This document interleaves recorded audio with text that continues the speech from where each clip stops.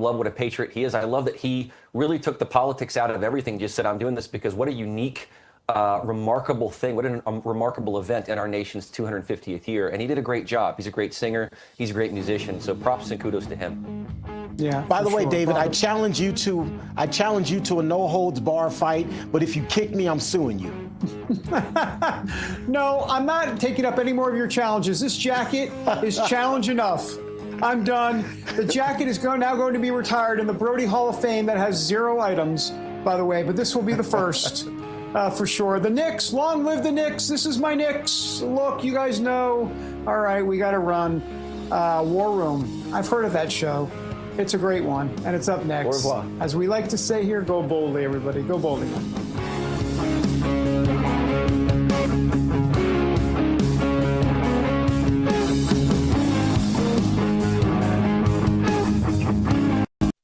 Morning. President Trump is now on his way to the G7 summit in France after announcing a diplomatic breakthrough. More than 15 weeks into this war, the U.S. and Iran say they have reached a framework that will reopen the Strait of Hormuz and end the U.S. blockade on Iran's ports and pave the way for the much harder and more complicated, complex, technical, important talks on the nuclear issue ahead. A signing is set for Friday in Geneva, but already there are conflicting accounts of what happens, well, after that, literally after the signing. Iran says a 60-day period of nuclear negotiations will begin only when the U.S. releases billions of dollars of its frozen funds. But a U.S. official says no funds will be released before Iran follows through on its own commitments. Adding to the unknowns this morning, Israel. Iran says that the agreement includes an end to the conflict in Lebanon. Israel's defense minister just spoke out today saying that the IDF is not withdrawing, though, from southern Lebanon.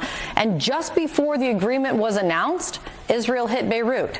A U.S. official says that move angered President Trump. And he told Axios of Israeli Prime Minister Benjamin Netanyahu, quote, he has no effing judgment. Good thing when a conflict ends. This is one that's really harmed the global economy. So if the Strait of Hormuz is reopened, and that seems to be the basic top line of this deal, that will be a good thing for the global economy. It is a long way to go for what appears to be very little in terms of locked-in promises from Iran. It does look very similar to the JCPOA, which Trump scrapped. Some of the provisions may even be somewhat weaker. It's hard to tell because we're just going to begin those negotiations this week and over the next 60 days. But I think in some ways the thing that's most important but seems most unrealistic in this deal is this idea of a broad change in the Middle East. A process where the U.S. over time, if Iran responds positively, begins to pump development money, not just reconstruction, but to build Iranian businesses, and has a vision for Iran becoming over time a country more like Saudi Arabia and the United Arab Emirates than like the very closed and really impoverished country it's been. If they can do that, if the Iranians are really prepared to make those changes, that would be a significant move into the future. But right now, in terms of what's actually agreed, actually on paper, it's pretty thin. The main achievement is one that I don't want to discount, opening the Strait of Hormuz. But otherwise, not a lot there yet. It's one of the many reasons why Israel is so dead set against this. What they see is an enraged Iran with more radical leadership. You have the Revolutionary Guard now running it, and the most hardened elements of the Revolutionary Guard. They believe, and as Richard said, everybody around these talks believe that 60 days in, they're going to start charging tolls. And then you look at the sanctions relief they're going to get, which, again, the Trump administration, as you know, constantly berated Joe Biden's administration for lifting sanctions against Iran from time to time. They're going to do it, and we have talk of reconstruction if Iran behaves well down the road. I mean, as Richard said, and again, the devil's in the details, We're really glad there's a possibility that this war, which should have never started, comes to an end. But let's just tell it like it is. If people want to be lied to, go to another channel, because I can tell you which channel to go to. They will be lying through your teeth to you right now, telling you how wonderful this is. But if you want to know the truth of what's happening right here, the fact is, Jonathan, people in the neighborhood around Iran have every reason to be scared to death right now, because this is a more radical, a more enraged, and soon to be richer Iran thanks to this war. It has murdered Israelis. Are we committed to protecting Hezbollah so it can continue to attack Israel and continue to brutalize the people in Lebanon? This is the lifeline that Iran is depending on. Well, if we are, then this deal won't stand. It won't stand for long, even during the Trump presidency. Israel will not be able to adhere to what would be a suicide pact. The Israeli people won't put up with it. The Prime Minister won't put up with it. We should not accept it either. Because remember, Hezbollah has attacked us. And when Israel is forced to defend itself, including preemptively against Hezbollah in Lebanon, and remember, they're not at war with Lebanon. They have a peace deal with Lebanon. They've never been at war with Lebanon. And it is said to be in violation of the deal. We saw this play out earlier, providing the Iranian regime with a strategic opportunity to attack Israel, claiming it's defending its ally, and that Israel violated the deal. What then? Will Israel become a pariah? And will it be admonished? Iran's counting on it, and so is Hezbollah. Hezbollah must not be in the deal. It must not, and that must be very clear. But to me, and at this stage, it's not very clear. It's an important point for those who are members of the U.S. military to understand whether you are saying ground troops would be involved in cleaning up nuclear dust. That you're saying that you're trying to put words in my mouth to create a headline. What I'm saying is we have plans. No, we have plans for everything. And should the president need a compel option, we have compel options, and many different types of compel options. But right now, we've set the conditions for 60 days to ensure that that material is downblended, destroyed, or removed. Whatever the president decides is in the best interest of the United States of America, and the War Department is there to support that effort. So, okay, you're saying immediately, but Secretary Rubio had said the U.S. would help to clear mines from the Strait of Hormuz. You just used 30 days as like a period of time. Can you clear the mines and remove the security threats in the Strait within 30 days? We can do any of those things within 30 days in a permissive environment, so the ball is in Iran's court at some level. So we would get back to pre-war shipping? We're already doing things I can't... We're already doing things I can't talk about on this program, and that to ensure that safe passage happens as quickly as possible. So we're all over this. We know exactly what the dynamics are. Iran probably doesn't, because they can't see and sense their capabilities around the Strait. Especially these last couple nights were very devastating for them as far as their ability to understand what's going through the Strait.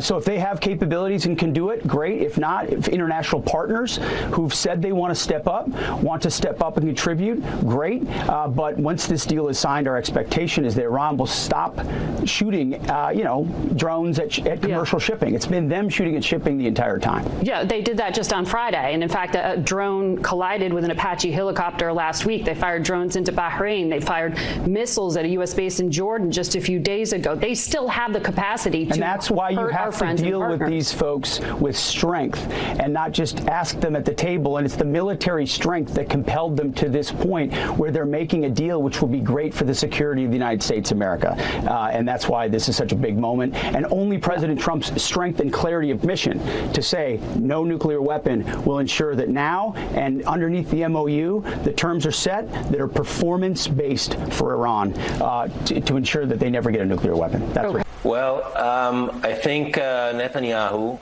his people, and his mouthpieces in the Israeli media are all furious about this deal.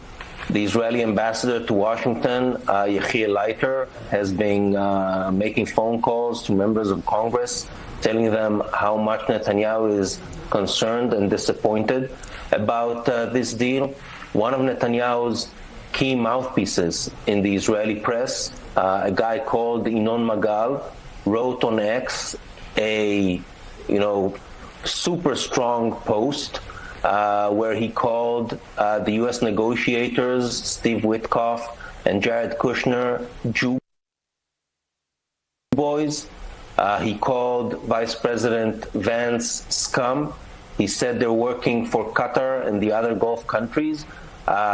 So when somebody that close to Netanyahu writes those things on X, I think it gives some sort of an impression about how Netanyahu and his close circle, what they think about this deal. I come to you with honesty, with information, with truth. That's it. The enemy out there, whether they're podcasters, whether they're bloggers, whomever they are, they can try to project upon me whatever they want to. And they're trying desperately. Because this here, your radio station right now, is the voice of America. It's the voice of America from this microphone.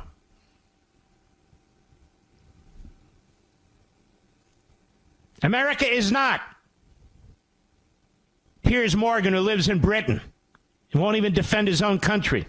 America is not little Adolf Nick Fuentes, who can't decide what he is in many respects. America is not fraudster, an Epstein videotaper, Stephen Bannon. America is not traitor Tucker, who defends many of our enemies as he trashes Christians and Jews and Americanism. America is not Megyn Kelly. And all that involves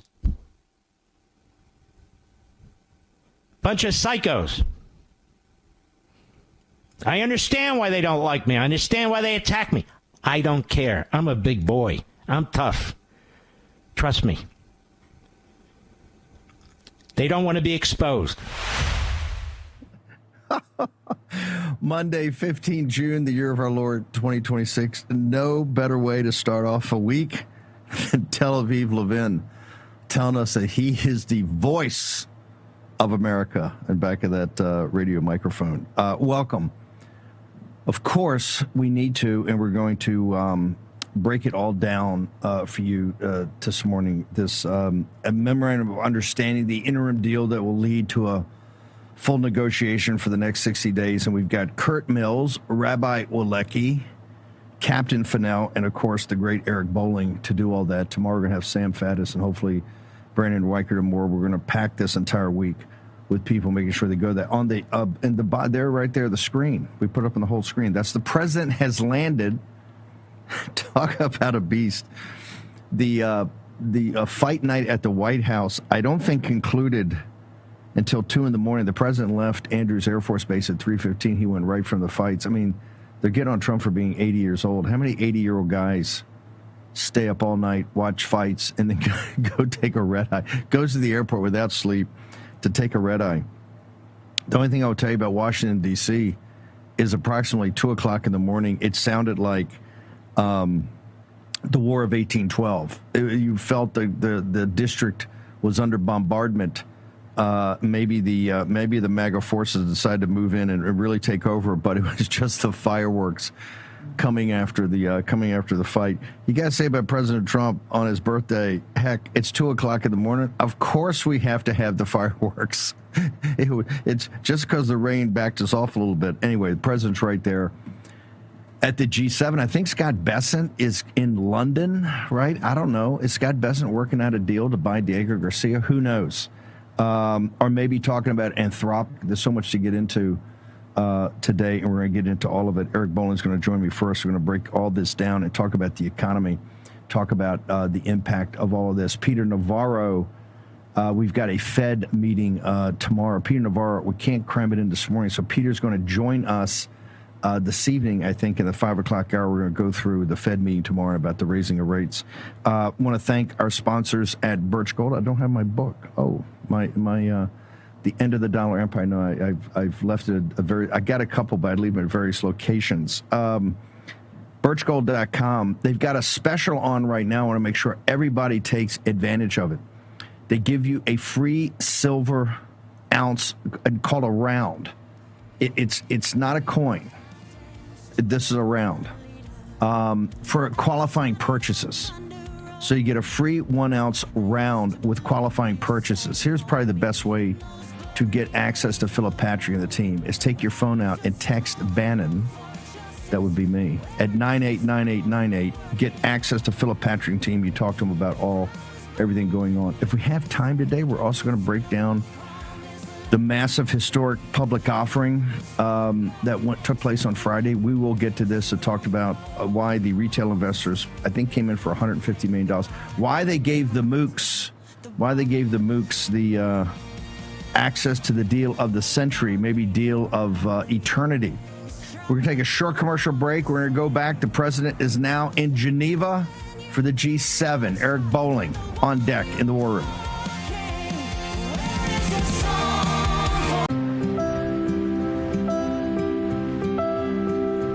Hey there. When it's breaking, we're moving. Breaking news. Breaking news. News doesn't sleep. At Real America's Voice, we don't get to crash or lose focus. That's why we drink Soldier Fuel and take Go Pills to stay ahead of the chaos, because we do this for you. Go Pills and Soldier Fuel locked in. Go Pills are packed with neurotransmitter support. Soldier Fuel has no sugar, so no crash. Now that's a game changer. Mic on, lights up. Soldier Fuel keeps me dialed right in. Both are used by the U.S. military every day. Built by Patriots for Patriots. And they're now available to you. This is huge. Scan the QR codes below and order your supply today. Hear that pop? So good. Go to buysoldierfuel.com or search on Amazon. This is performance fuel. Clean energy, sharp mind. That's how we do it at RAV. Visit buygopills.com and get 15% off automatically. Go Pills and Soldier Fuel. Let's go. Real America's Voice is growing, and now it's all in one place. Introducing the new and improved RAV app, built for access, community, and choice, not paywalls. Here's the key. RAV is still free to watch. No sign-in, no membership required. Your favorite live streams, breaking coverage, and video on demand are all right there. Free, just like always. For the War Room Posse, we have to be a force multiplier on this. We have to stick the landing. In the White House, in the Oval Office, you're crushing it, my friend. And if you want more, the members section is your backstage pass. Get exclusive behind-the-scenes photos and videos, insider moments from the studio and the field, and early access to new content before it goes public. Members can also unlock special experiences like virtual meet and greets, member-only auctions, and select event access, plus commercial-free viewing of certain shows inside the app. It's not just an app, it's a community. Download the RAV app today. Find it in the App Store and Google Play. This is Rashad from Boston, Massachusetts, and I love Real America's Voice. It is the best place for real news and content. Much love.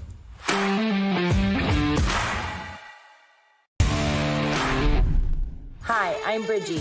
And why do I love RAV? Well, even out here in the cornfields of Iowa, I still need news I can depend on. That is Real America's Voice.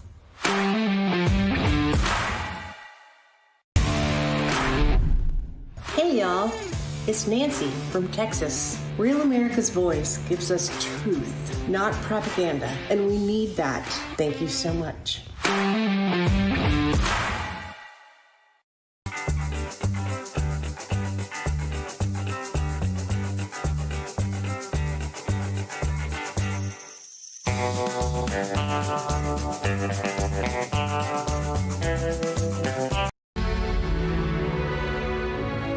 Okay, welcome back. President of the United States right there. The top of the stairs, Air Force One. Okay, folks, let's cut to it. I got Bolling here. Bolling, you're another savage. By the way, Bolling, did you fight last night or were you just ringside? I was neither. I watched the whole thing. It was pretty amazing fight, to be honest with you. That the claw, the arena, wow. It gives me chills just thinking about it today. That was a phenomenal show. Eric Bolling. So listen, they're all over President Trump. He's 80 years old. And look, whether you were like, I love the fact MMA is there or not, you got to say a guy who's 80 years old he goes through, and the thing's delayed many hours. He keeps his composure. You know, he's the great. He's like the master concierge, being in the hospitality business, the media business. He's incredibly gracious. Everything keeps rolling. They don't get to the fights later. You know, fits and starts. They go all the way, I guess, to 2 a.m. Then he does the fireworks. Then he leaves for the airport. He gets on a plane. Eric, you've taken a couple of 3 red eyes before. And, of course, in the Air Force One, they have a special accommodation, a cabin for the commander-in-chief and the president, which they don't have for anybody else. The most uncomfortable flight. I've taken a million red eyes in my life. The most uncomfortable flight I've ever been on is Air Force One because it's really a military command post with a couple of seats in the back for the Grundoons, and the president gets his own suite. But still, 80 years old, he comes off fresh. He's going to jump in the helicopter here momentarily and go up to, I guess, Evian. Bolling, first off, your thoughts on the President of the United States on the first day of his 80th year, sir. Amazing. You pointed out he hit the helicopter at 3-ish in the morning. By the way, how much respect did that man have and earn last night? People, the fighters would come out of the ring saying, no one else would do this but Trump, and Dana White has a massive following, and Dana just flanking President Trump with Melania on the other side. It was a sight to behold. And then to get on the plane and then head over to Europe for a G7 meeting. Incredible stamina, that guy. And you saw it, Steve. You were there in the White House. You saw the guy who's, the way I understood it was you always had to be ready for a phone call from the president, whether it was 2, 4, or 7 in the morning. He may call and you better be ready. But look, those people who say he fell asleep here and there and comparing him to Joe Biden, there is no comparison to the dementia that Joe Biden it's not in the same universe. Yeah, Joe Biden's doddering around. And here, listen, he negotiates because he's the negotiator. He's negotiating the deal to get to a deal, which is quite complicated in its own. And we'll get to that in a second. He's overseeing the military aspects of it. Right. At the same time, he's prepping for a G7 meeting of which they're all going to attack Trump now because America is not everywhere and Trump's the problem, etc. Then he goes to NATO, to a NATO meeting in Turkey, which is going to be a quite controversial NATO meeting. He's 80 years old. That's his superpower is his energy, Eric Bolling. No doubt. He doesn't have the requirement most human beings need of, 5 or 6 hours, let alone an 80-year-old that tends to be 8 or 9 or 10 hours, even for that matter. It's a blessing we have a commander-in-chief that is not only awake as much as he is, but in tune to every detail, Steve. I understand that he got involved in every little detail of that event last night because he's a showman, too. He knows a little inside baseball here with President Trump. I've interviewed him maybe 10 times, right? And every time, one-on-one, I did hundreds of interviews with him when I was at Fox and he was there. But the one-on-ones, he will come in, he'll look at the setup, he'll change the lighting, he'll look for a camera. He said, show me a return. Big time. He'll make sure the lighting and the camera angles are perfect, to the most minute detail. He's not only a president, he's also probably one of the greatest, I would say the second greatest television producer ever to walk the earth, behind the great Roger Ailes. He, I think this is one of the reasons he and Ailes got along so well, among other things, that now he'll come in, he'll know what side he wants to be shot on, he'll know the lighting, he'll understand the angle, and he'll rearrange it right. He's not shy about rearranging it right there. Steve, that's I will tell you this. One of his first interviews with him in the Rose Garden. It was off to the side of the Rose Garden when it was still Rose Garden. And he didn't like the height of his chair, so he sent one of his comms people to go get it. I'll never forget this. Go get a cushion from the Oval Office. She runs across the Rose Garden lawn, and she's got spiked heels. And every time she steps, her heel would go into the lawn. And she comes running back with this, drops one of her shoes, falls off her feet, just to make sure he had that extra, 2 inches, because he saw the shot. He wanted it to be perfect. He's very intricate. He's very meticulous, let's say. Eric, I want to. By the way, the president's put out something on FISA that's going to be quite extraordinary. We're going to get to that here in a moment. But I've got you, Captain Fennell, Rabbi Willicke, Kurt Mills, everybody go down through. You've been my markets guy. A lot of this about Hormuz. Tell us, where actually are we on Hormuz today? Because I guess that's not going to be done until that's not going to be lifted until after the signing on Friday, or the tentative signing set for Friday. The fleet is still going to have the blockade, but that's going to be lifted. Just as you read this deal from a market's perspective, and I think that's one of the most important perspectives, how do you read this? Okay. So, as you know, since the very beginning here, I would tell you exactly where I thought oil was going. I thought it was going a lot higher. It did.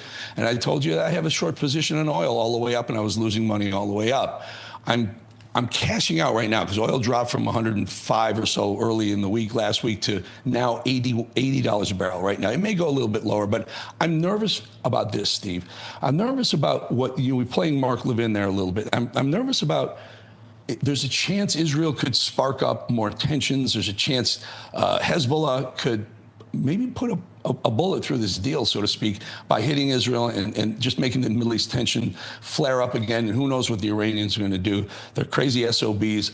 So I'm going to take this position off at $80 a barrel because I'm not sure it's going to go. First, it may go back up for a little bit because of until that deal is inked and signed and what really it is. Like there are rumors right now. I'm trying to get with my guys to tell me if this is real or not, but they literally called me and said, there's one rumor spread around where it's 300, some insane number, like $300 billion over a few years of reparations for the Iranians. There's another one saying that they were still going to be allowed to charge tolls to transit the Strait of Hormuz. And then we're keeping our military presence there until deals are signed. I just want, again, it's not that I don't trust Trump. It's not that I would ever trust the Iranians. It's that I want to see transit. And in the last 24 hours, there have been four vessels that transited the Hormuz. When that opens up, here's my point. I think the market is reacting to some it wants to hear this. Stocks want to go up. They want to be euphoric about SpaceX and everything else going on. I'm very wary of that. So I'll do it again for you, Steve. I'm getting out of my short oil position here, and I'm going into a position of short S&Ps and short NASDAQ indexes, both right up here. Hold it, hang on. Are you shorting those because of the world's biggest IPO on? I don't want to work through the mechanics of your trading, but are you shorting NASDAQ because of the now included in all the indices is going to be the SpaceX, or I should say the 90% government contractor that Elon Musk runs, sir? No, I'm shorting it because I think this whole thing is euphoric. They're buying the old trading adage: buy the news, sell the fact. They're buying the crap out of the news right now, and I'm going to sell the fact until I see real corporate earnings, until I see inflation come down for real. I mean, inflation's 4.2%. It's double the Fed's target. They can't move interest rates down in this environment right now. So until inflation truly eases, I'm skeptical of these all-time highs in all three indices today. I want to go back to something that, because you keep such a good feel in this, is that the 100 million barrels President Trump talked about last week that the American Navy has somehow gotten through undetected by anybody. Do you believe that actually, to the degree, actually completely happened? And did you see that because prices didn't go through the roof? Or do you think that's another misdirection play by the president? Maybe it's some of that, and also this 100 million barrels sounds like a lot, and it's really not a lot. It's 5 days U.S. use. It's 1 day of global use of oil. It's not a huge amount of oil, so I don't really think it had a lot to do with keeping a temper on the market. I think what did happen was we had stockpiles. We had a lot of crude oil here, and we shipped some of that to the places that were in high demand. China, India, there was a bunch of oil shipped from here to India as well. And I think that kept a little bit of a lid on global prices. 100 million barrels isn't that much, and it wouldn't, what is that? It could be there's some VLCCs, some extra large crude containers that are 3-4 million barrels. So you're only talking about, 15, 20 ships or so at that rate. So maybe it could have. It doesn't seem like a big flashpoint, but it sounds great. It sounds great to say we got 100 million barrels out there. The reality is we want to see the vessels transiting the Strait of Hormuz for real indication of what's moving. Also, a little thing to worry about. global oils, all those inventories have been drawn down. Now, that tends to be a problem at some point, too. Hang on for 1 second. I just want to hold you through the break. We're going to have Captain Fennell join us. We're going to have Rabbi Willicke's going to be here. What is your concern? You got 30 seconds before you go to break. Why do you care if Israel's not part of this deal, correct? Why do you care if they keep fighting? Because it's the Middle East, and they're freaking nuts, Steve. They're looking for any reason to shoot the crap out of each other, and this is one. And by the way, none of those SOBs want to see two things: America win, or number two, the price of oil to go down. Eric Bolling, stick around, sir. Home Title Lock HTL, HomeTitleLock.com, promo code Steve25 in commemoration of the 250th anniversary of the signing of the Declaration of Independence. They have a special deal, 25% off a 2-year plan of $1 million triple lock protection. Go to HomeTitleLock.com, promo code Steve25. Get to Natalie Dominguez and the team today for the details.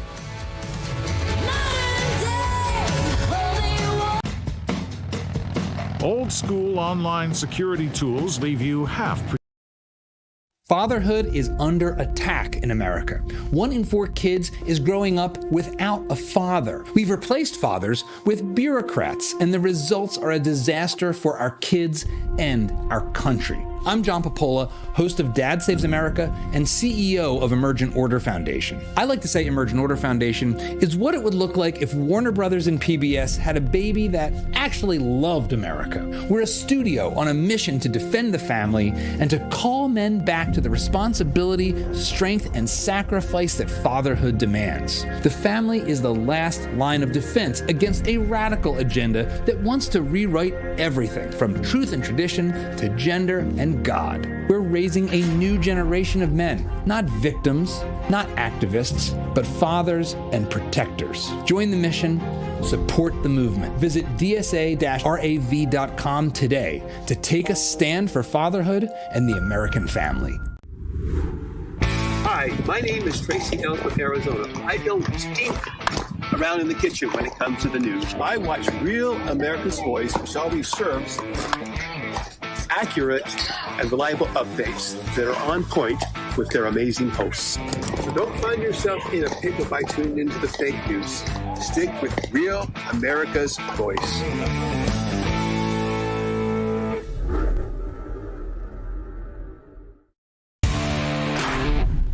I'm Lou, Mega Pilot from Rav's Gator Chat here in beautiful Trump County, Florida. The best place for real news is Real America's Voice.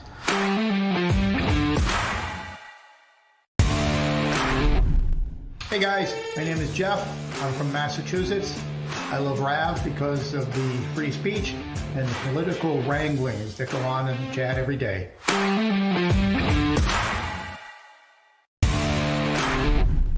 Hi, this is Kelly Renee from Northern California Hills, MAGA country. The reason I watch Real America's Voice is for the faith, the family, and the freedom. Giddy up!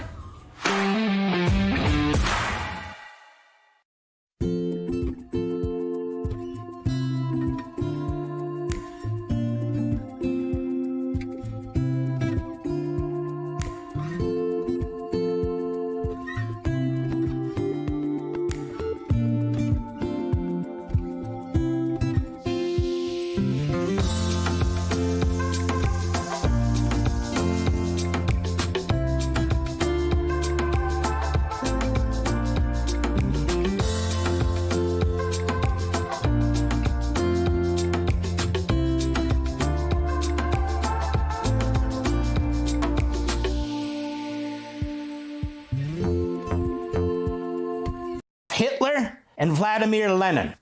I see the relationship between our president and the Prime Minister of Israel, Netanyahu, as a FDR-Churchill relationship, as a Reagan-Thatcher relationship.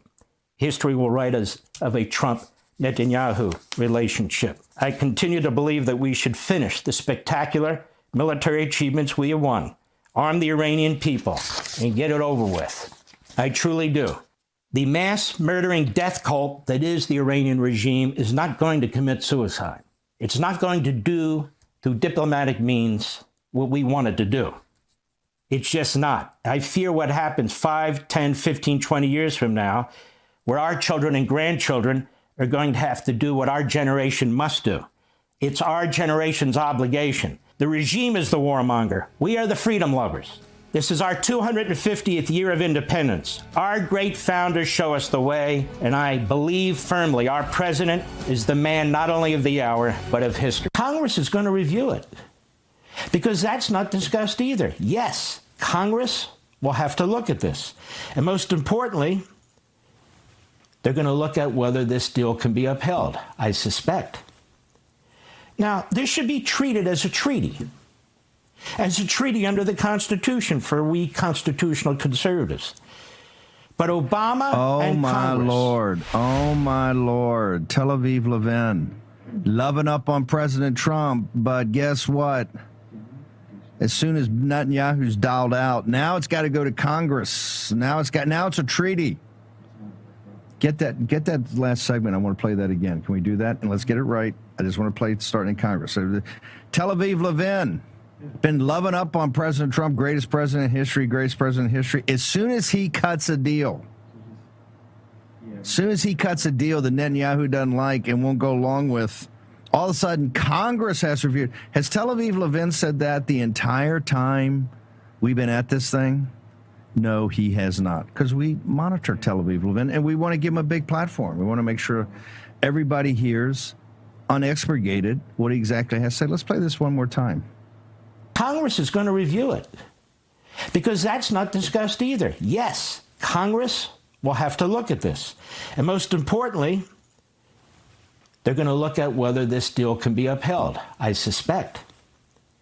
Now, this should be treated as a treaty under the Constitution for we constitutional conservatives. Mr. President. But Obama... Mr.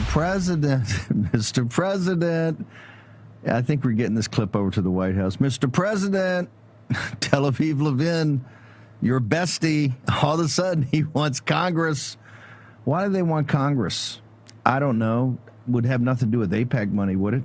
Rabbi Walicki, you're with us this morning. Walk us through exactly where you think this thing stands. You're one of the most reasonable guys. Obviously, you have a point of view, as all of us do, but just walk us through, in your wisdom, exactly where are we on this interim deal to get to a broader deal? And more importantly, where are we in this war, sir?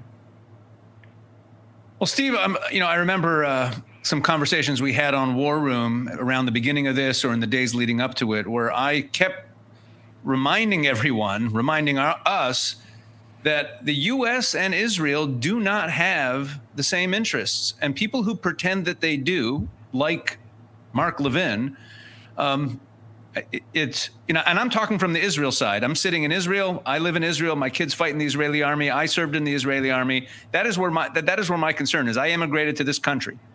But pretending that the U.S. and Israel have the same interests is just a recipe for misunderstanding what we're seeing here. I remember talking about this months ago with you, Steve, that at some point we would see a divergence between U.S. and Israeli interests because we don't have the same goals for this Iran situation. Israel's goal is to, once and for all, deal with the enemies that have been attacking us and threatening us for decades and decades and decades. Almost every problem that Israel deals with has been funded by the Iranian regime, whether it's Hamas or Hezbollah or the Iranians themselves or the Assad regime before they fell. That was, it was what we call the Ring of Fire, the Houthis in Yemen as well. Israel wants to defeat our enemies. The United States wants to make sure that, I guess, what is in the best interest of the United States is determined by the president of the United States, by the commander in chief. And if he determines that the best thing for America is to open up the Straits of Hormuz and get a deal on the nuclear, and even if it leaves, Hezbollah in Lebanon, and if that's what the president determines is the best interest of the United States, so be it. But Israel's not in the deal. And as you mentioned that when President Trump first tweeted about this deal, and it was actually 2 days before it was announced, it was on the 11th, he put out a Truth Social post. He said that all the countries involved all agreed to it, and he listed the countries, and he listed the United States, Israel, Saudi Arabia, UAE, Qatar, Turkey, Pakistan, etc. He went on a whole list of countries, and that they're all in alignment. It's all approved by them. And Prime Minister Netanyahu's office then put out a statement thanking President Trump for all that he's done. But the opening line of the statement was, Israel is not a party to this deal. Because, as from the Israeli perspective, this deal is actually folly. Because we have an enemy in the north, Hezbollah, which is actually not even really correctly a proxy of Iran. And this is something I have to correct Eric Bolling, who was on before you. He was talking about, what Hezbollah will do, what Iran will do. There's no such thing. Hezbollah is the Iranian army. It's not like Hamas or the Houthis, who are a proxy, who are a separate organization who get funding and weapons from Iran. Hezbollah is actually Iran. It's like if you have American troops stationed in another country, they're not a proxy of the United States. They are the forward troops of the United States. So when Hezbollah starts launching drones at Israel yesterday, provoking an Israeli response, which then provokes President Trump lashing out at Prime Minister Netanyahu, the question we have to ask about an incident like that is, why did Iran give orders to Hezbollah to fire yesterday when this deal was supposed to be finalized? The Iranians use Hezbollah to provoke Israel. That's how this whole thing with Lebanon started. There was no firing between Israel and Hezbollah before March 2nd. But on March 2nd, because of the U.S.-Israel joint action against Iran, Hezbollah started firing rockets from Lebanon into Israel. So Israel retaliated. Everything Israel does in Lebanon is to retaliate and remove Hezbollah.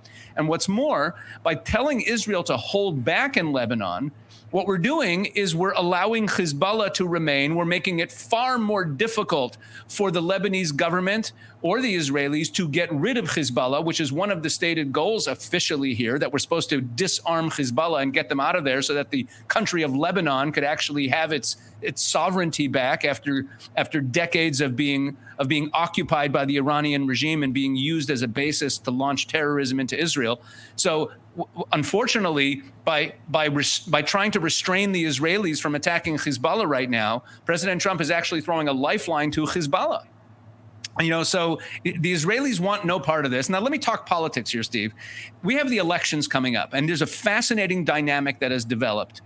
When we talk about the divergence of U.S. and Israeli interests, let's talk about the interests of Prime Minister Netanyahu and President Trump, because with the approaching midterms and the domestic sensitivities about the war, the unpopularity of kinetic action on the American side, the problem with the rising oil prices domestically for President Trump, with the midterms approaching, President Trump's incentive is to not have kinetic action, to keep things de-escalated as we approach the midterms. The worst thing for him would be a kinetic flare-up. On the contrary, in Israel, though, Prime Minister Netanyahu's incentives politically move in the opposite direction. No one else is talking about this, Steve. They move in the opposite direction. For Prime Minister Netanyahu, for the Israeli people, and this is not only on the right, what's most interesting is that the criticism of Prime Minister Netanyahu from the left right now is identical as from the right, that we are not doing enough against Hezbollah in Lebanon. The Israeli people feel that we were sold a bill of goods in Gaza where we were told, there's going to be all these countries that are going to come in. They're going to disarm Hamas, and we're finally going to move to a future where we don't have Hamas down there. Don't worry, it's all going to be taken care of. Nothing. We talked about that on War Room over the months. We don't have victory against Hamas. They're still in Gaza. We don't have victory over Hezbollah. They're still in Lebanon. The Israeli people are feeling very anxious about this, about the possibility that with our enemies on the ropes and victory over them within reach to finally move past all these terrorist groups in the Middle East, we are now being restrained, and we have the possibility that we don't have victory on any front. So Prime Minister Netanyahu's incentive structure politically is to escalate with his election coming, because if action is not taken up there, it hurts him politically. So their incentives are moving in opposite direction. We should expect the rift between Prime Minister Netanyahu and President Trump to widen in the days and weeks ahead. That's my prediction. I've said, I've been the most, I think, vocal about this, of saying, first off, UAE, Saudi, Qatar are American protectorates, but also Israel's an American protectorate in a vassal state. And I understand that has become a hot wire topic in Israel in this election, in this discussion.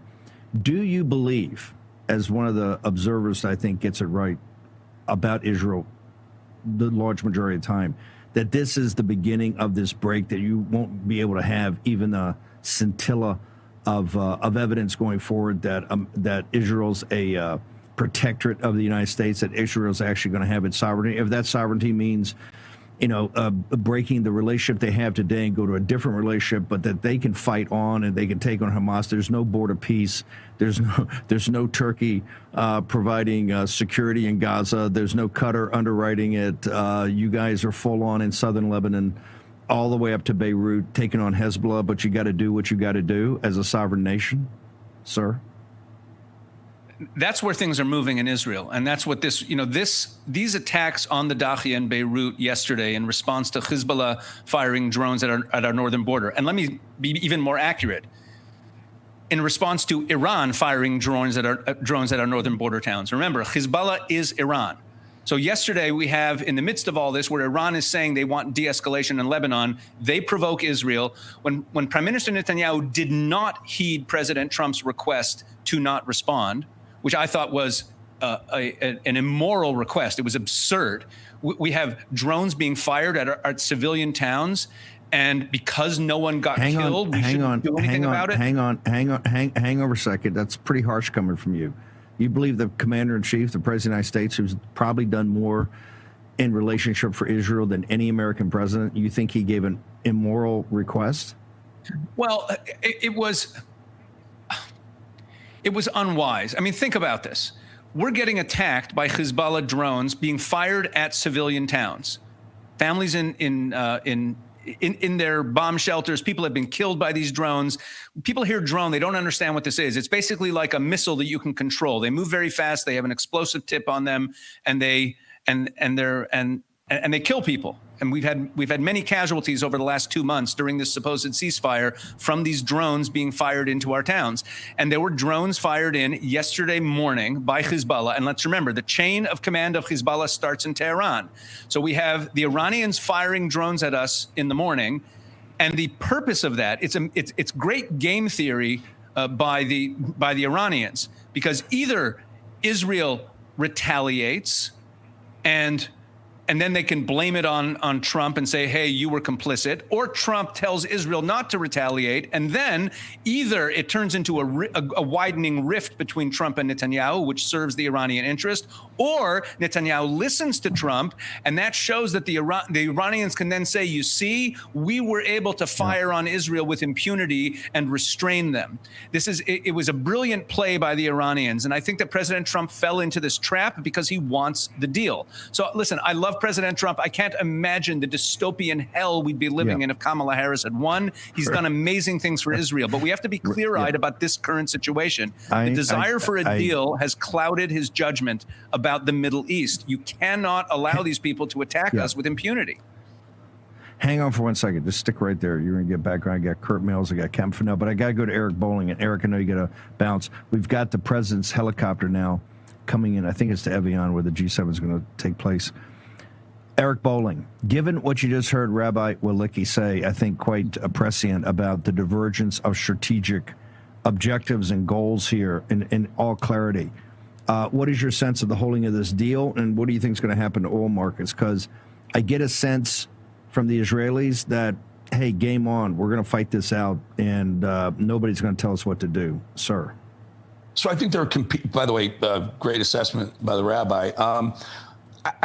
I don't think I ever made the assumption or the accusation or alleged that Hezbollah was not funded in a wing of the Iranian government, IRGC. I believe that is the case. My point was, whoever is in the IRGC, whoever's in Hezbollah has no interest in seeing an end to this. But hang on 1 second. But the rabbi makes a good point that I often say, that Hezbollah is a proxy.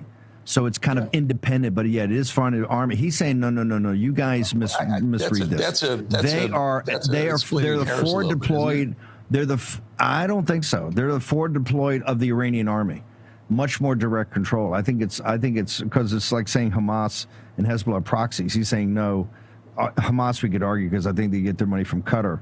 But Hezbollah. So what does that all mean? Forget the splitting hairs. To Eric Bolling and markets, what's it going to mean? I believe what it's going to mean is what we had before, jittery markets. A lot of people are in your chat right now saying, "Oh, Bolling, you're always right." Steve, you tell these people, I saw oil going up. I had a position to go. Since day one, we've been talking about this. I've been consistent. Yes. I had the position for oil to go down because it was too high when the war started, and I stuck with it, even though I said it looks like it's going higher, and the people I talk to believe it's going higher. That was against my position. I'm only here to bring you what I see. I'm not in this to make more money or to talk my book. Don't let the chat rattle you. It's a tough place, man. It's a tough. Don't have rabbit ears when you're, particularly the Rumble chat. The Rumble chat's next level tough. But continue on, sir.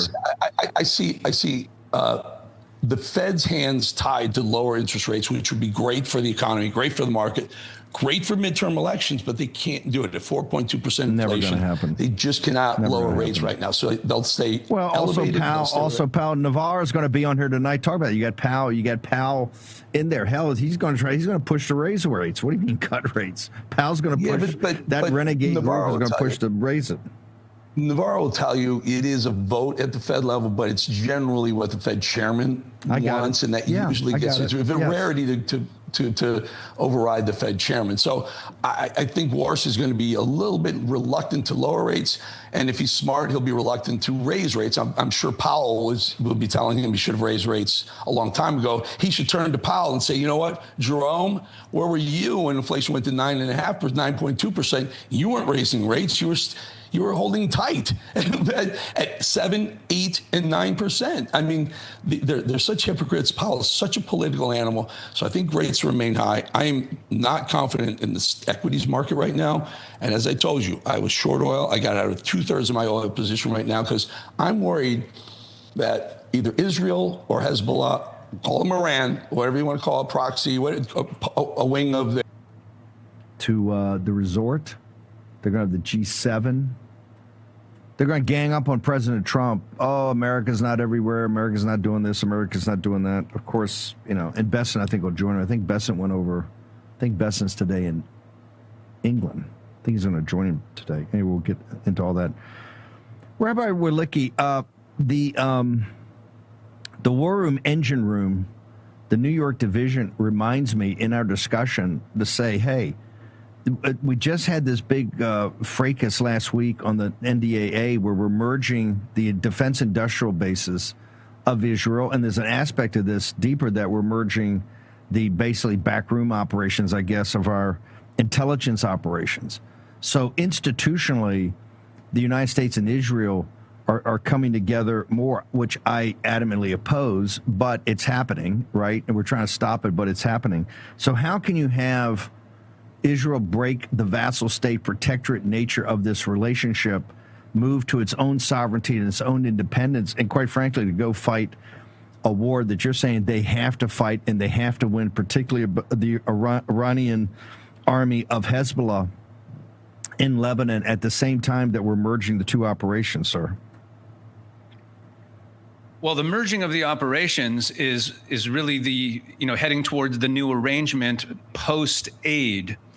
This was all part of Ron Dermer's plan to wean Israel off of the aid and move more to a cooperative relationship where we're jointly investing and jointly doing R&D and merging other types of operations. But, Steve, I disagree with your framing of the question. The total amount of U.S. aid to Israel constitutes less than 10% of our defense budget.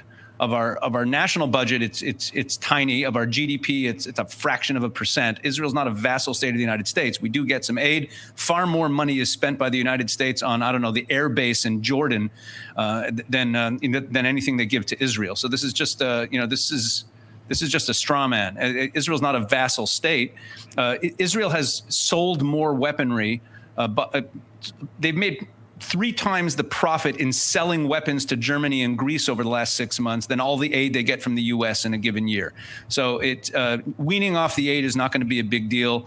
Israel is asserting itself. It's asserting its own independence. The strikes on the Dahia yesterday in response to the Hezbollah attacks were very popular in Israel. In fact, had Israel not struck, that would have been, that would have been a very big problem. In fact, today the headlines in Israel and what everyone's saying in Israel, people are very disappointed in the fact that we are taking our foot off the gas pedal in Lebanon.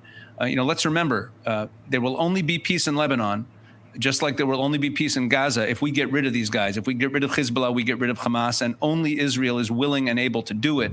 So. Let's go back. I'm gonna go to the break. We see there. We'll go back if there's any more footage of the president. And I'd like you to hang around if you can. We're gonna go to Captain Fennell here in a moment, but I am going to go to break. Let's just go down while we've got it. You believe that Iran is the major funder of Hamas and not Qatar, and in certain elements of the Gulf Emirates, sir? Hamas, I don't know who's funding Hamas. At this point, I don't know how they're getting their funding. In fact, I would suspect that a lot of Hamas funding is coming through Turkey these days. Let's remember that the Hamas leadership relocated to Turkey. Erdogan Hamas also started as a branch of the Muslim Brotherhood. Iran really was a latecomer to funding Hamas. That's why Hamas, as you correctly said before, doesn't Turkey have the board of peace that's going to oversee Gaza? The Qataris are going to be the lead financier, and Turkey's going to be the lead in security. Is that framework not still operational? No, Turkey is not going to play Israel is not going to allow Turkey to play a central role in that, in the reconstruction or any of it. Now, the IHH, which is a Turkish non-government organized NGO, a Gongo, the IHH, which is they're a Turkish NGO. They've been operating in Gaza already. They rebuilt a couple mosques, and they've been involved in some of the food distribution down there. But the Israelis are being very adamant that the Turks are not going to play a major role here. Erdogan's been calling Netanyahu a Nazi and saying that he wants to destroy Israel. So, but my point is that you couldn't get clear. You couldn't get clearer that we're to a divergence in the road. One way you go one way, you go the other. That Israel has to assert its sovereignty because it's clearly against the president's plan for how he sees Gaza, right? And I keep calling the two-state solution. You're saying that's not going to happen.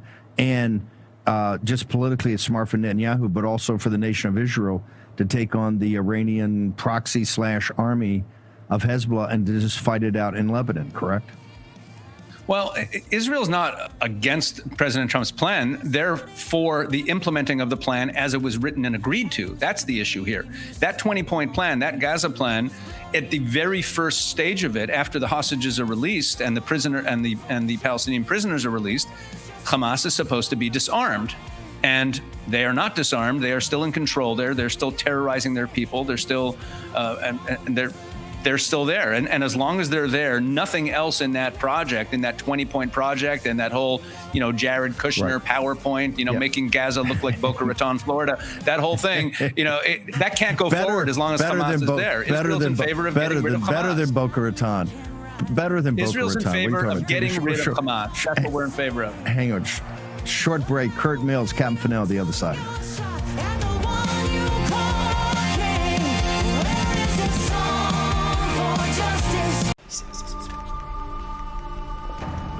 I'd like to say this is the first time. Fatherhood is under attack in America. 1 in 4 kids is growing up without a father. We've replaced fathers with bureaucrats, and the results are a disaster for our kids and our country. I'm John Popola, host of Dad Saves America and CEO of Emergent Order Foundation. I like to say Emergent Order Foundation is what it would look like if Warner Brothers and PBS had a baby that actually loved America. We're a studio on a mission to defend the family and to call men back to the responsibility, strength, and sacrifice that fatherhood demands. The family is the last line of defense against a radical agenda that wants to rewrite everything from truth and tradition to gender and God. We're raising a new generation of men, not victims, not activists, but fathers and protectors. Join the mission, support the movement. Visit dsa-rav.com today to take a stand for fatherhood and the American family. Hi, my name is Tracy L. from Arizona. I don't stink around in the kitchen when it comes to the news. I watch Real America's Voice, which always serves accurate and reliable updates that are on point with their amazing hosts. So don't find yourself in a pickle by tuning into the fake news. Stick with Real America's Voice.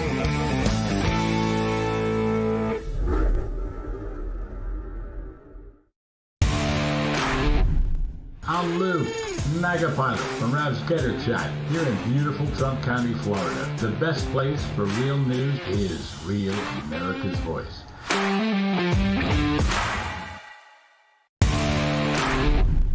Hey guys, my name is Jeff. I'm from Massachusetts. I love Rav because of the free speech and the political wranglings that go on in the chat every day.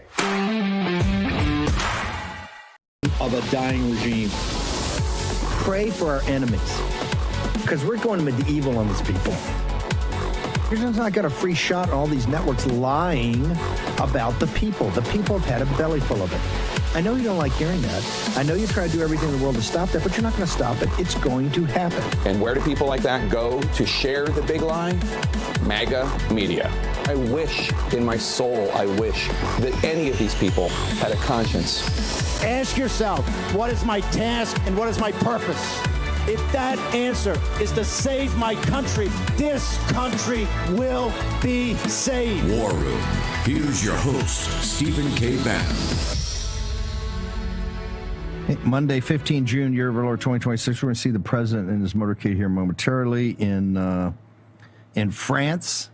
He's at the G7. He'll punch it out for the next couple of days with, quote unquote, our allies in Europe. He will also then go to Turkey to the NATO conference.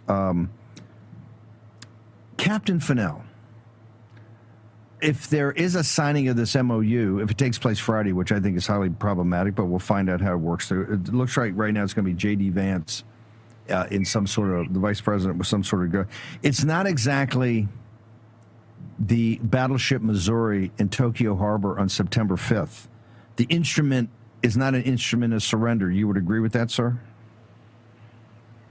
Yeah, I don't think it's the same as what happened in Tokyo 1 in 1945, certainly.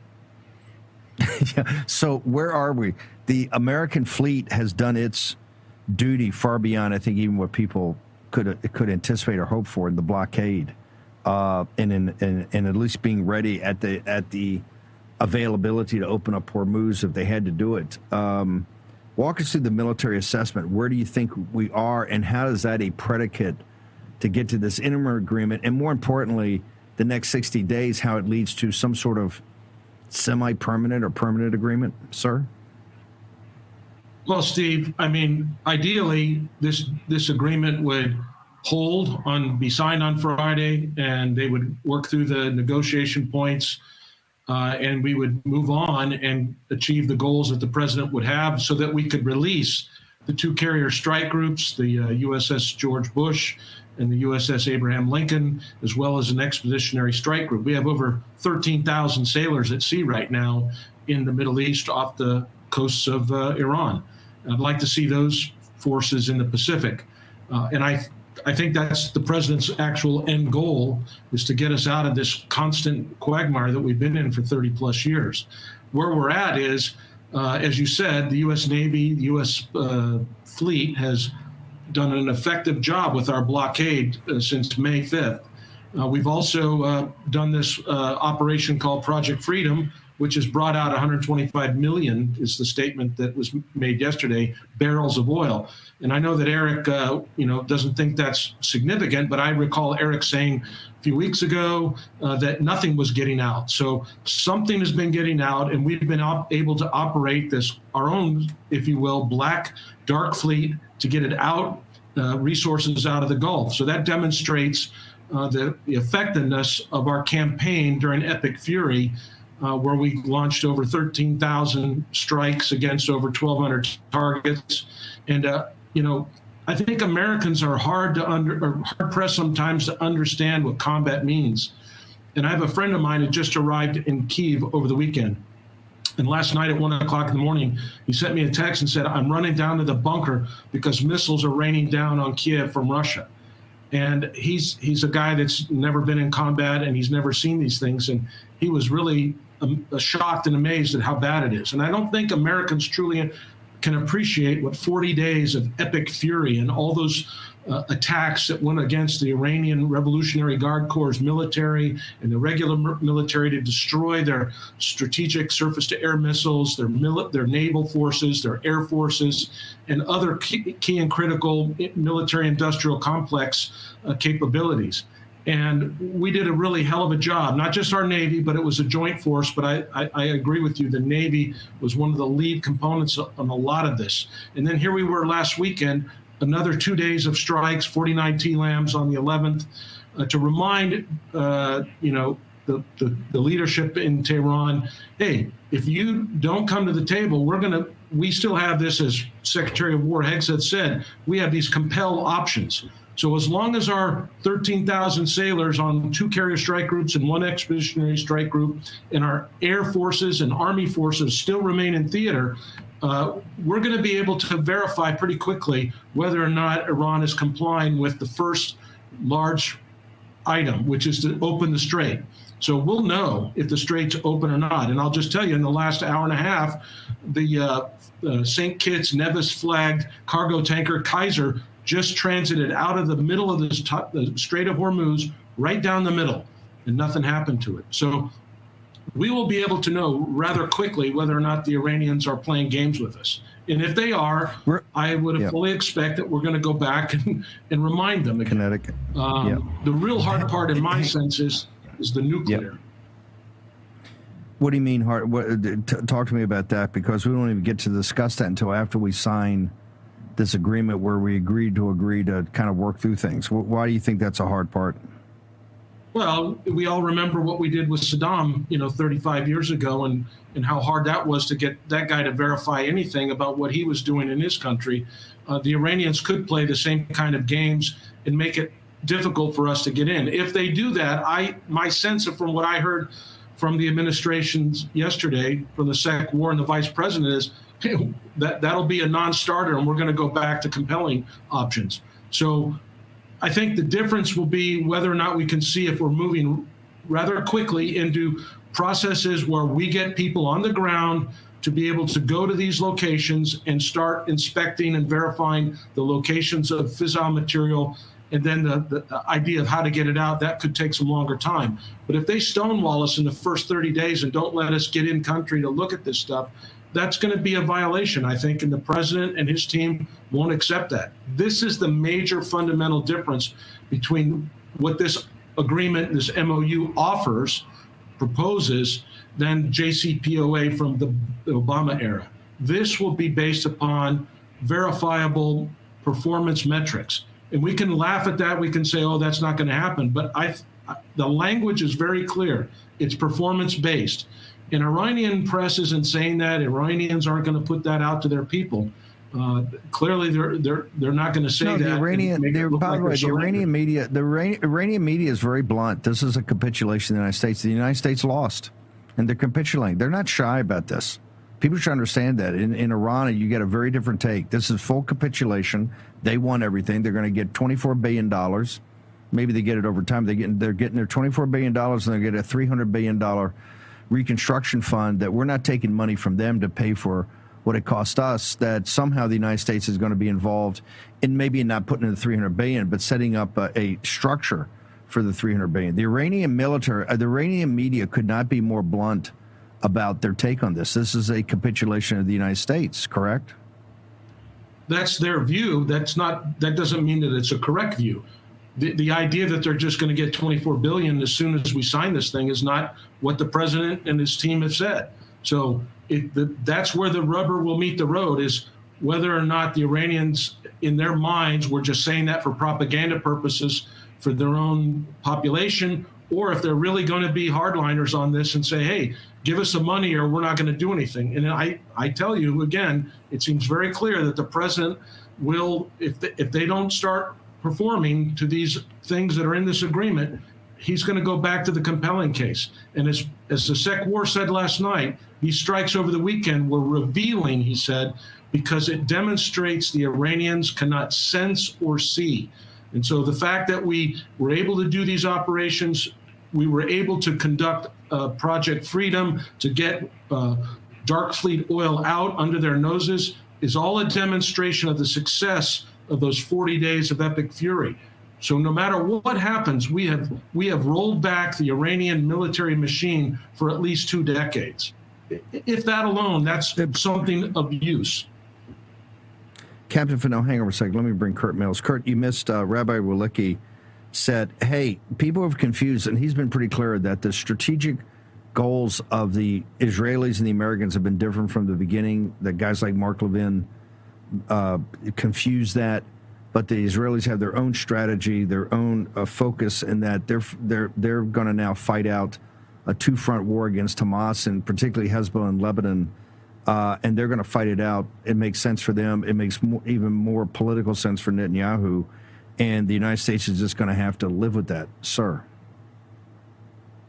Maybe, but I think there are consequences for what you've been observing for at least a year, that Israel is a protectorate of the United States. And so what you've seen in the course of this war with the Israelis, basically trying to get the United States into the war to do their bidding, is that we've become enmeshed. And to end the war on the U.S. side, America has had to make guarantees to the Iranians that the Israelis will at least vaguely honor some red lines. And so Lebanon has been a key linchpin of the Iranian strategy throughout this, a curious linchpin, but one that appears to have largely worked for the goals of the Iranians to secure their own security. So I think the idea that Netanyahu, in essence, can go back into Lebanon and not disrupt the entire peace, I think is not really, unless Walicki has information that I don't, which is entirely possible, I don't think that's going to be received well in the White House, because we already saw what happened this weekend. Bibi went in, Trump got furious, Trump imposed terms on the Israelis. Now, I agree in the abstract. If Israel wants to do this, then they shouldn't have a memorandum of understanding with the U.S. Hang on.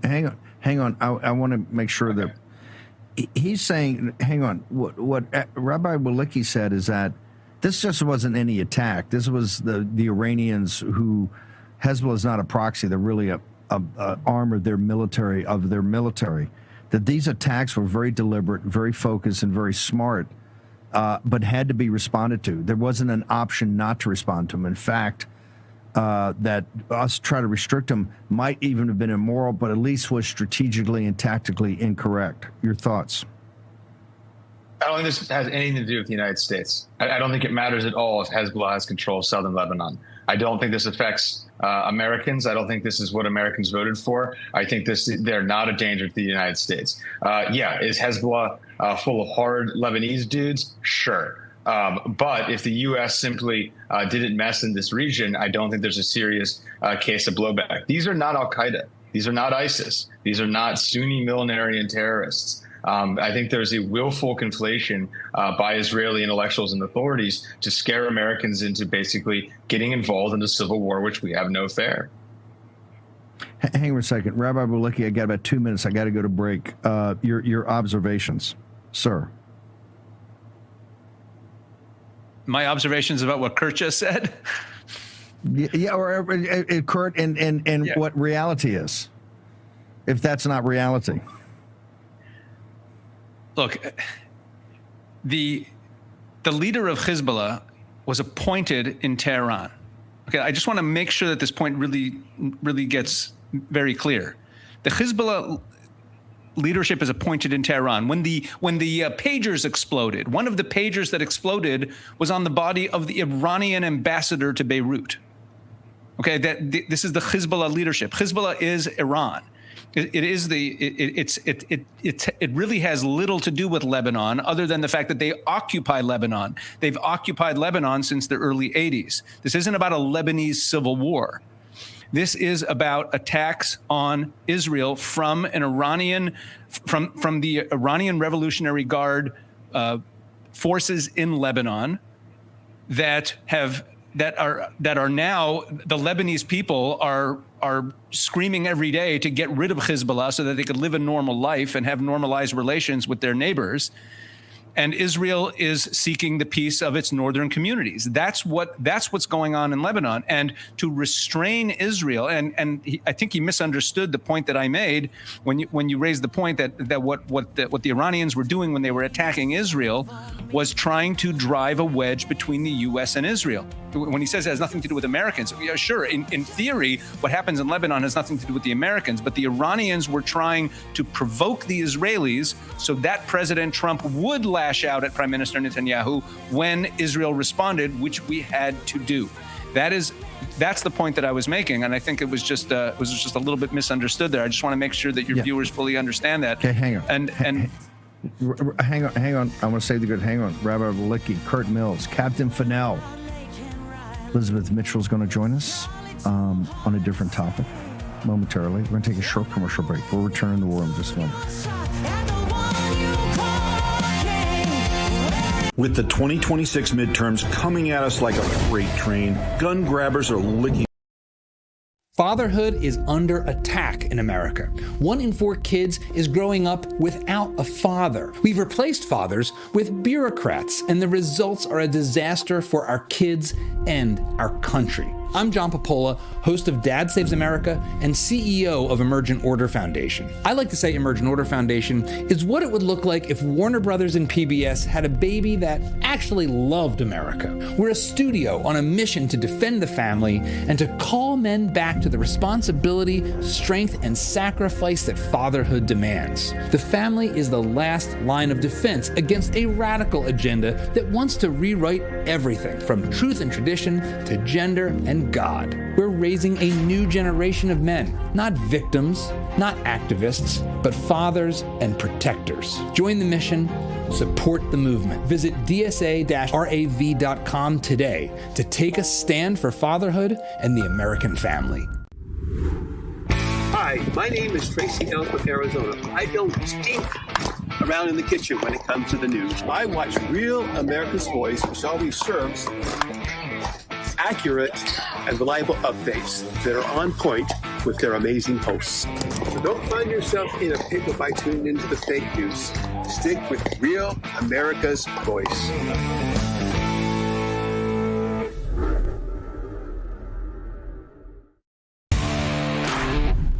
I'm Lou, MAGA pilot from Rav's Getter Chat here in beautiful Trump County, Florida. The best place for real news is Real America's Voice.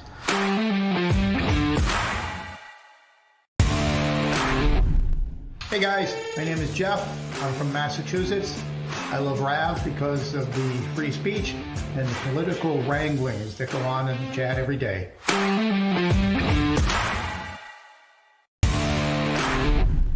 Hi, this is Kelly Renee from Northern California Hills, MAGA country. The reason I watch Real America's Voice is for the faith, the family, and the freedom. Giddy up!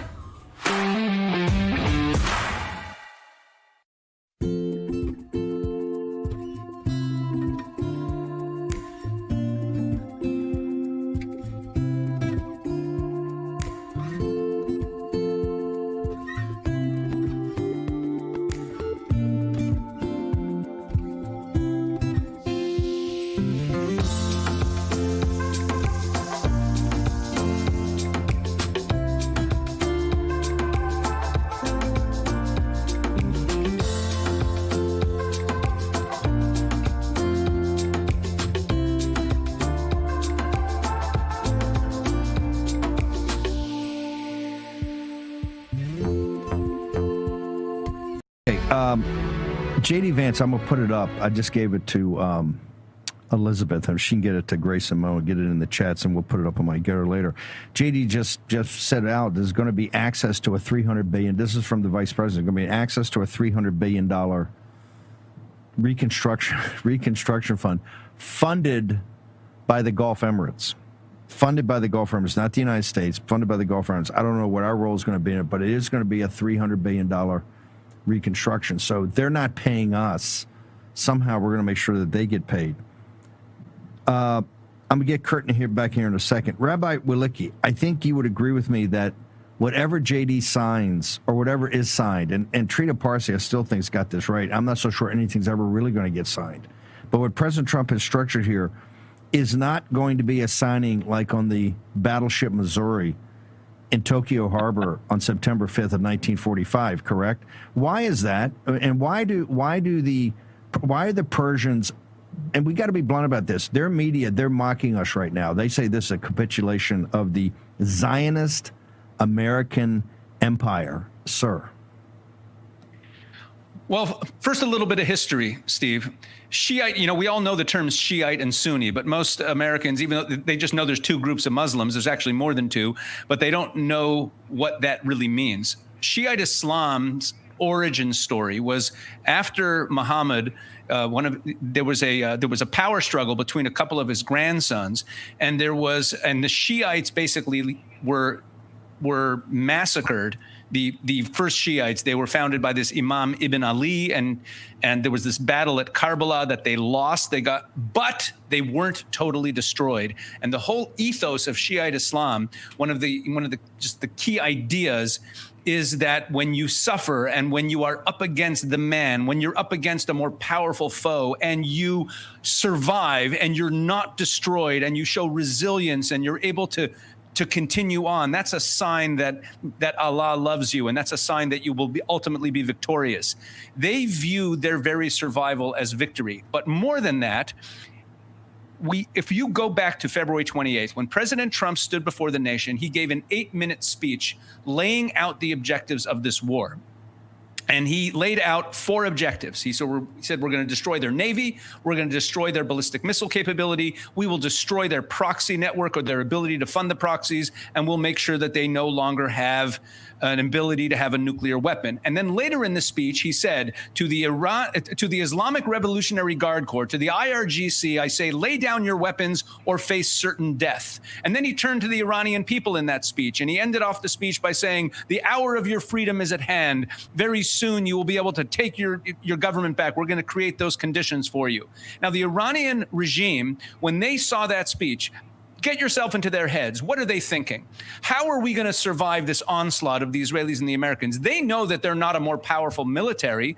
Their whole goal is find a piece of leverage that could make this as painful as possible for President Trump so that he stops short of destroying us, so that he stops short of bringing us down, so that he stops short of achieving those goals. And the leverage that they chose was the Strait of Hormuz. And that strategy worked perfectly.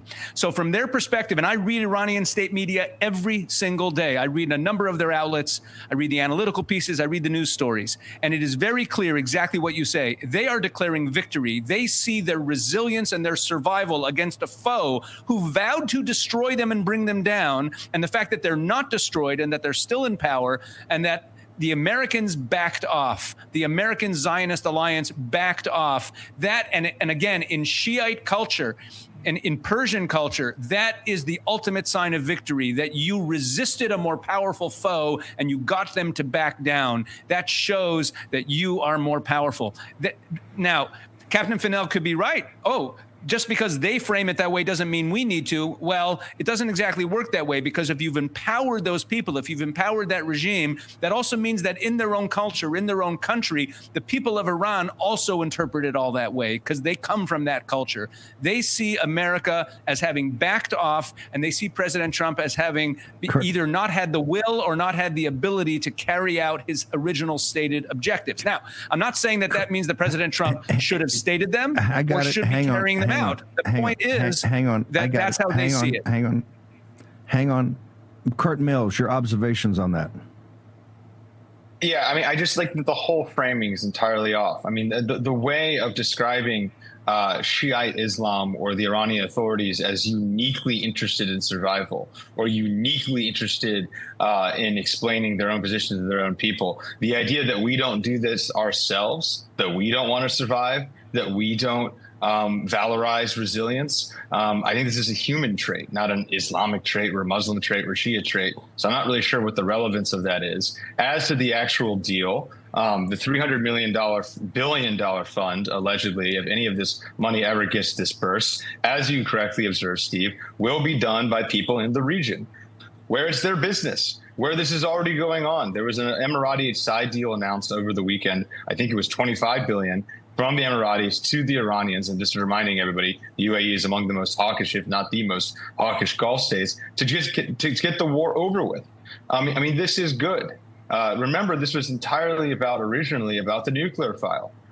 No one's even talking about the nuclear file anymore. This issue's been entirely punted. And the Iranians themselves, say what you will, yeah, they're going to go on state media and say some stuff. But, they were who we thought they were. And if you actually read the analysis, you actually read what their own people are saying, their own hardliners are upset that they signed this deal. So I think we have a durable peace here if President Trump doesn't cave into thinking that this war has anything to do with the United States in essence, which it doesn't. And this is a sideshow conflict, thousands and thousands and thousands and thousands of miles away from the United States. And if the United States doesn't poke the bear, the Iranians will continue running a sort of middling dictatorship. But that is the Iranians' own people's business, not the business of the United States. It may be the business of Israel, but why should we care? Israel is the most powerful country in the region. They have nuclear weapons, hundreds of them, which they don't concede that they do. They can protect themselves. And the action here, the relevant action, is that only one country in the Middle East is seeking to expand with American taxpayer dollars, and that is Israel. It is not Iran. It is not the Gulf. Rabbi Walicki, your thoughts? Israel is not seeking to expand at all. Israel come is on, seeking that's to what's defend. going on in Lebanon. Hang on. Rabbi Walicki, what is going on in Lebanon? The Greater Israel Project. The Greater Israel Project is a figment of your imagination.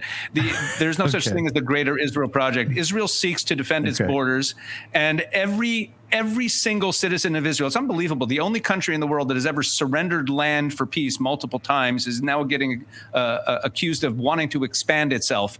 Israel wants to secure its borders. If Hezbollah did not set up tunnels and rocket launchers and militias along our northern border and started shelling our northern communities relentlessly, Israel would never set foot in Lebanon. And the day that Hezbollah is removed from Lebanon, Israel will withdraw every single boot on the ground from Lebanon. No one in Israel has any desire to own any piece of Lebanon or any piece of Syria. Frankly, we tried to give the Gaza Strip back to Egypt when we returned the Sinai to them. They refused to take it. Look, Israel doesn't want to expand its borders. Israel wants to defend its borders. And unfortunately, when you have these militias that set up right on our border and start firing at our civilians, we need to go in and do something about it when the sovereign nation, Lebanon in this case, does nothing about it. There's no, this is just... We'll get into this daily. Hang on. We're going to wrap up now, but would you agree that Israel, to do what you just said about Hezbollah, Israel will end up doing that on their own? That it's pretty obvious the United States has no real interest in furthering that. That if you guys want to do it, you're not a vassal state, you're not a protectorate, you're your own sovereign nation. That if that has to happen, as you said, it has to happen, you guys will have to do that on your own. It's going to happen one way or another because the Lebanese government does not really have the wherewithal. The Lebanese army is not as strong as Hezbollah, and there are elements in the Lebanese army that are actually aligned with Hezbollah. They're never going to disarm Hezbollah, even though they said they were going to. And the Israelis we're not going to tolerate these terrorists firing missiles and rockets into our communities in the north of Israel. So Israel is going to go clean it out. And once Hezbollah is actually gone, we'll be able to normalize relations with Lebanon. The only reason that Lebanese politicians ever, condemn Israel is because they're afraid of Hezbollah coming after them. The Lebanese people are increasingly in favor of peace deals with Israel because they want Hezbollah gone. But in your theory of the case, which is saying, hey, Bannon, you guys are wrong. You and Bolling keep saying Hezbollah is a proxy. It's not. It is a hardwired part of the Iranian army. In doing that, you guys will stay in a direct war with Iran, in a war that, if you're going to crush Hezbollah, will only expand? Not necessarily. It depends how the Iranians behave. For many of over the course of the last 47 years, or really Hezbollah has been around for about 43 years. Over the course of that time, Iran has not joined our skirmishes with Hezbollah most of the time. They did it last week, and they did it one other time over the last couple of years. They generally don't start firing from Iran. And they're getting desperate now because they see their grip on Lebanon slipping through their fingers with Israel degrading Hezbollah every single day. Unfortunately, and this is what at the beginning of this conversation today, I said this, unfortunately, tying Israel's hands and saying, keep things quiet in Lebanon, stop attacking Hezbollah, it condemns the Lebanese people to continue to live under the thumb of Iran. And it means that Israel is being told that you cannot deal with an enemy that's firing rockets at you. None of those two things are intolerable. Yeah. We will have a much better relationship with our Lebanese neighbors if Israel's given a free hand to go in there and destroy Hezbollah, which no one else is willing to do. We've got a bulk. 30 seconds. Where do people get your content, sir? You can find me on YouTube at the Israel 365 News YouTube channel or my own personal YouTube channel. I'm the only person in the world named Pesach Woolicki. Makes me easy to find. You could also find me at Israel365action.com, and my X is at Rabbi PW, and I have an author page at the Jerusalem Post at jpost.com. Thank you, Rabbi. Short break. How are you going to celebrate America's 250th birthday? Well, Real America's Voice is growing, and now it's all in one place. Introducing the new and improved RAV app, built for access, community, and choice, not paywalls. Here's the key. RAV is still free to watch. No sign-in, no membership required. Your favorite live streams, breaking coverage, and video on demand are all right there. Free, just like always. For the War Room Posse, we have to be a force multiplier on this. We have to stick the landing. In the White House, in the Oval Office, you're crushing it, my friend. And if you want more, the members section is your backstage pass. Get exclusive behind-the-scenes photos and videos, insider moments from the studio and the field, and early access to new content before it goes public. Members can also unlock special experiences like virtual meet and greets, member-only auctions, and select event access, plus commercial-free viewing of certain shows inside the app. It's not just an app, it's a community. Download the RAV app today. Find it in the App Store and Google Play. When it's breaking, we're moving. Breaking news. Breaking news. News doesn't sleep. At Real America's Voice, we don't get to crash or lose focus. That's why we drink Soldier Fuel to stay ahead of the chaos, because we do this for you. So good. Soldier Fuel has no sugar, so no crash. Now that's a game changer. Here we go, all of us. Wow, that's good. I'm fueled up now. Used by the U.S. military every day. Now available to you. This is huge. Built by Patriots for Patriots. Now it's time for you to do the Soldier Fuel Challenge. Order Soldier Fuel, film yourself cracking one open, and taking the Soldier Fuel Challenge. Upload your video at soldierfuel.com/challenge, and you'll be entered to win a free shipment of Soldier Fuel. That's what I'm talking about. Your video could also be featured on air. Just scan the QR code on your screen or go to soldierfuel.com/challenge to enter. Drink with the RAV hosts drink, Soldier Fuel. Let's go. Hi, my name's Paul Foyer. I'm Foyer04 in the Getter Chat. I love RAV for all the Getter, all the War Room Posse, and all of you guys. Love y'all. Bye.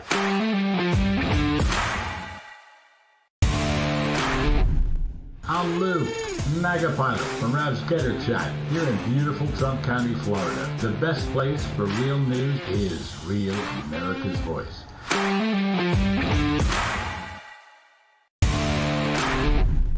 When the bacon wants real facts and figures, he goes to RAV. Real America's Voice, baby. That's where you get the real scoop and not the poop.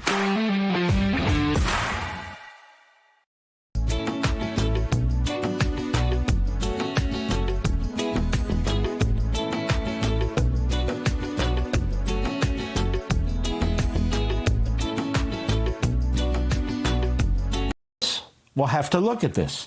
And most importantly, they're going to look at whether this deal can be upheld, I suspect. Now, this should be treated as a treaty under the Constitution for we constitutional conservatives. But Obama and Congress, Democrats and all Republicans but one, Tom Cotton, all of them decided not to apply the treaty requirements under the Constitution.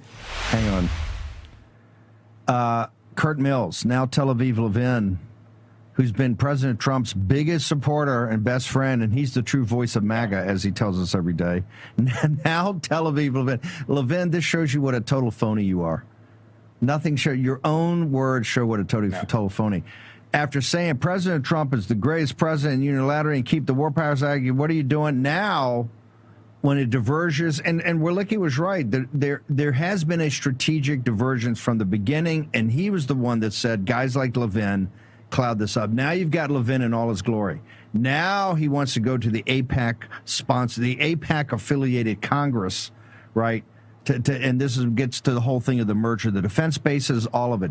You couldn't be a bigger phony. And I think the President of the United States understands that. Kurt Mills, your thoughts?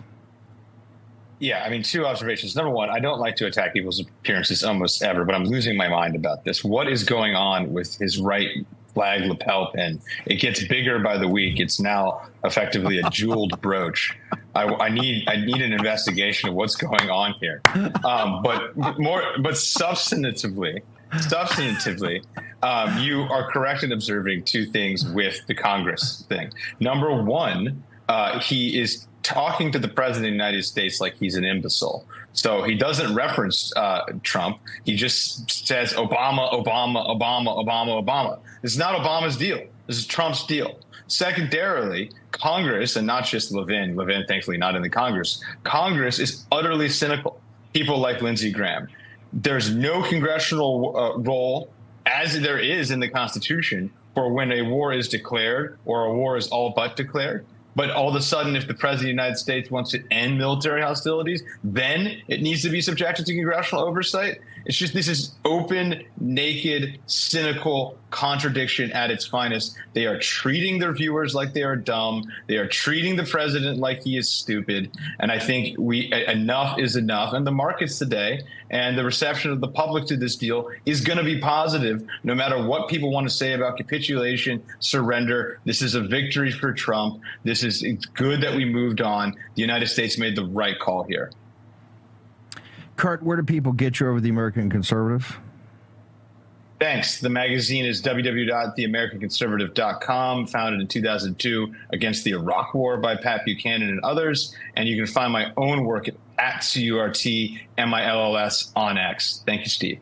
Kurt, you do agree that this ain't your last time coming on here talking about this, that we got a long, tough slog through this. And my fear is that even with the process President Trump's trying to get going in the MOU and the longer negotiations, we're stuck over, unless people are adamant about it, and I intend to be adamant about it, we're going to be stuck over there for a long time to come.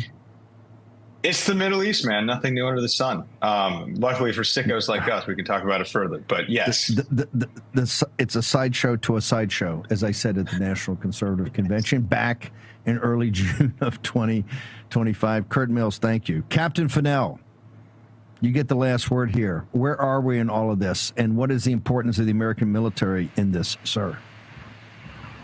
We're going to have to wait for the actual signing of this agreement. So we have 5 days to wait to see what behind the scenes negotiations continue to work through any hard points. And then we'll have to watch and see what happens. Do you feel good, Captain Fennell, do you feel good about that we're going to be party to, if not writing a check, somehow putting together a $300 billion reconstruction fund for the regime, financed by Qatar, UAE, and the Saudis, sir? Well, as you've said repeatedly over the last 2 or 3 months, that the Gulf states don't produce. So I'm not too worried about that right now. Really, what I'm worried about is to see if the Iranians actually start making actual movements and opening the strait and allowing inspectors in. And if those things happen, then we can talk about $300 billion. But I'm not concerned about that today. What I'm concerned about today is let's see if they move and they act. And if they do, then we can move our military forces into the Indo-Pacific to face the larger and more serious threat from the People's Republic of China. But we're not there yet. What is the main thing, sir? The threat from the PRC. They have vowed to destroy the United States of America, and they have the wherewithal and the economy to do that at a much, much greater scale than Iran or Russia together. So we have some serious issues in the Indo-Pacific, and I hope what Americans will take from this little 2, 3, 4 month event here in the Middle East is the importance of naval power in a maritime theater against the PRC. That's the most important thing that I hope Americans understand. The Saudis destroyed our Navy over the last 40 years. Amen. The Saudis and the Persians are the two biggest. I guess they contribute 80% of the energy for the Chinese Communist Party. Have we missed a tremendous opportunity to choke that off and to choke them off in this excursion, sir? We have choked them off, maybe not to the degree of 100%, they get 0 barrels, but they have drastically reduced the flow of oil that's gone to China.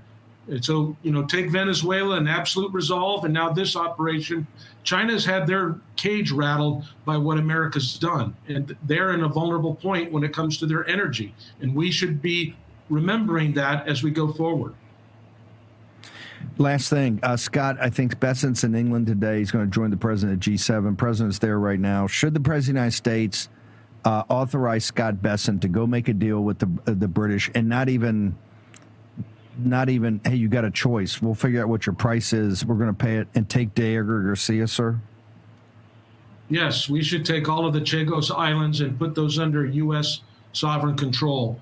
However we do it, let them work it out. But we cannot rely on the United Kingdom anymore to protect that.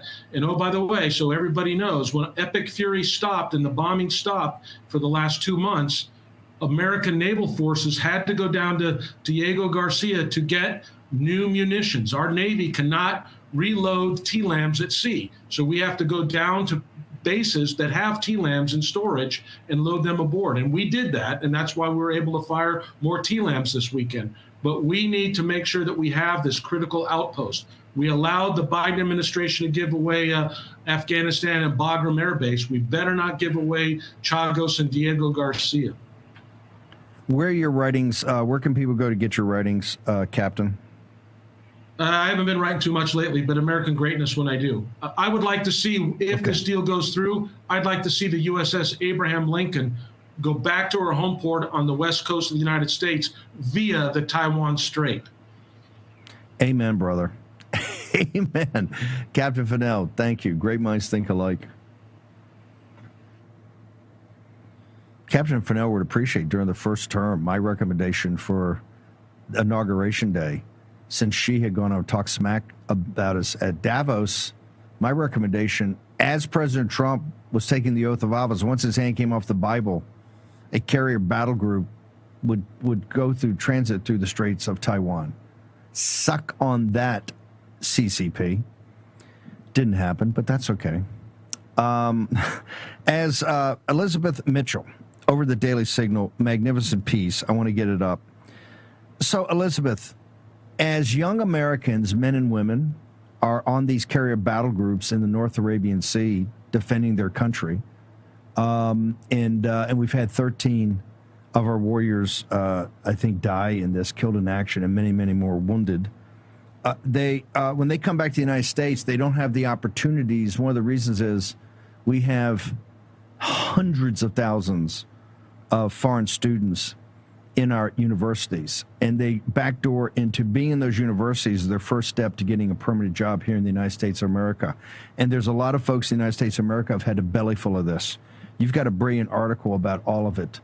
And I think, folks, it's not a better day to read that than today. We're talking about MOUs and $300 billion and what we're going to do. And, Israel is going to continue the war up in Lebanon, and Turkey's not going to be, there's not going to be any Palestinian state because Hamas has not been, their weapons have not been taken away. And, we grind through this thing every day, and we're going to grind through it every day. That to know that the young men and women in those carrier battle groups don't have the full access to the blessings of liberty and the pursuit of happiness in their own country, ma'am. And we're talking about young people who are about to graduate from college, particularly those who studied STEM. Maybe they are prepared to do some coding. They're going to face perhaps a more difficult job market because of this optional practical training program. So the way that this works, it was created in 1992, and it enables foreign students, foreign graduates, to get jobs in the United States after graduating. Their visas allow them to stay, and both they and their employer benefit from a tax break, where because of their visa status, they are not taxed for Social Security or Medicare for their first 4 years, for several years in the United States. And so this incentive would make it easier for tech companies, any kind of company, to hire these foreign graduates than it would Americans. And so this is something that's causing a lot of concern for young people who are looking for jobs in a variety of fields and are going to know that even though this is their country, they're going to perhaps have less of an ability to get these jobs than someone who came here from another country. So this is so outrageous because, you know, we've talked about this optional practical training, OPT.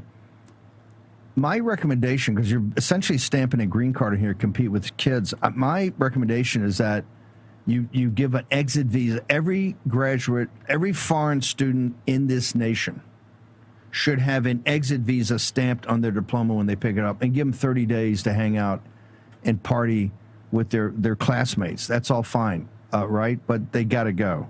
This is the exact opposite, is it not, ma'am? Yes, this is something that the MAGA movement is strongly against, as you've talked about on this show many times.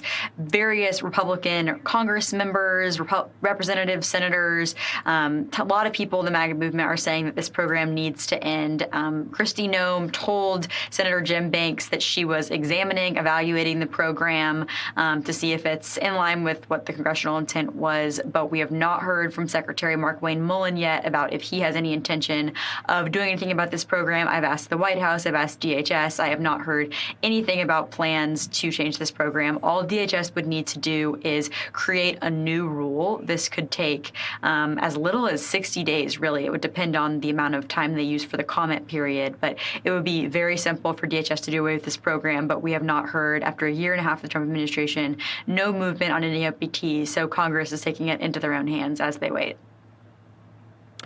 Can you hang on a second? I just want to hold you through the break. I want to just drill down this for another second. A bunch of special offers from our sponsors, particularly Birch Gold, has a 1 ounce free silver round.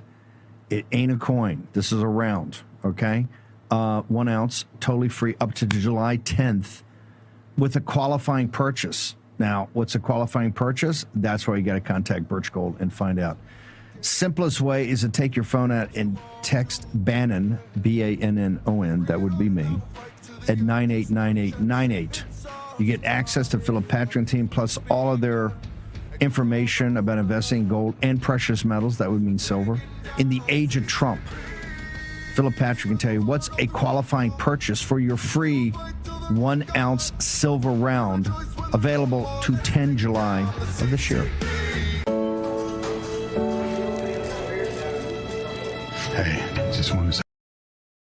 Real America's Voice is growing, and now it's all in one place. Introducing the new and improved RAV app, built for access, community, and choice, not paywalls. Here's the key. RAV is still free to watch. No sign-in, no membership required. Your favorite live streams, breaking coverage, and video on demand are all right there. Free, just like always. For the War Room Posse, we have to be a force multiplier on this. We have to stick the landing. In the White House, in the Oval Office, you're crushing it, my friend. And if you want more, the members section is your backstage pass. Get exclusive behind-the-scenes photos and videos, insider moments from the studio and the field, and early access to new content before it goes public. Members can also unlock special experiences like virtual meet and greets, member-only auctions, and select event access, plus commercial-free viewing of certain shows inside the app. It's not just an app, it's a community. Download the RAV app today. Find it in the App Store and Google Play. When it's breaking, we're moving. Breaking news. Breaking news. News doesn't sleep. At Real America's Voice, we don't get to crash or lose focus. That's why we drink Soldier Fuel to stay ahead of the chaos, because we do this for you. So good. Soldier Fuel has no sugar, so no crash. Now that's a game changer. Here we go, all of us. Wow, that's good. I'm fueled up now. Used by the U.S. military every day. Now available to you.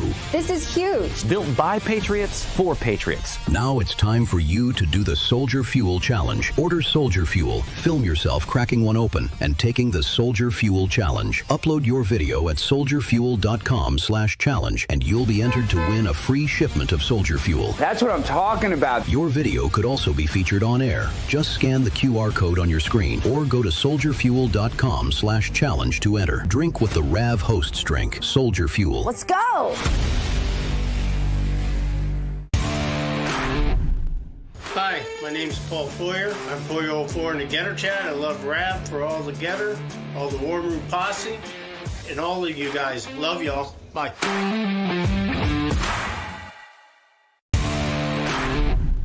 I'm Lou, Mega Pilot from Rav's Getter Chat, here in beautiful Trump County, Florida. The best place for real news is Real America's Voice.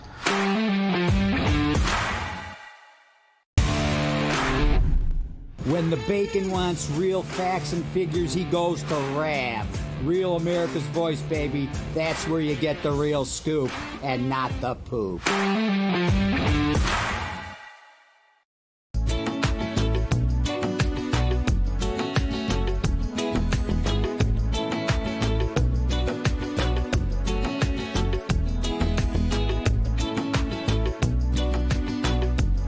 Take advantage of our sponsors who are offering you one-time good deals. Tax Network USA, if you have any issue with the IRS, if you've got a letter, if you're late filing, if you haven't filed, if you don't know what to file, if you think you filed in the past and there's a problem, 866-513-5516. 866-513-5516. That's a hotline for you.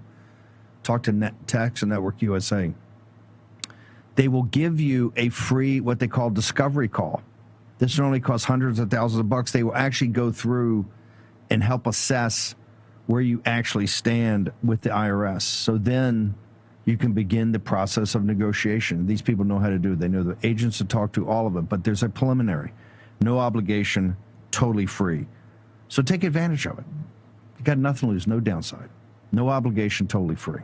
Okay, check it out. Tax Network USA. Special hotline just for them. And in addition, we have Chapter. That's the Chapter is the company, the data company that helps you with Medicare. Medicare is mind-numbingly complicated. One, because of the history of how it's kind of been, the Rube Goldberg model's been put together, but also because the insurance companies want it that way, because it's about this $100 billion of fees annually. Chapter takes a totally different perspective on this. 845 War Room. They got a hotline just for the posse. People are loving it when they talk to them. Free, no obligation. They will give you an assessment of your Medicare situation.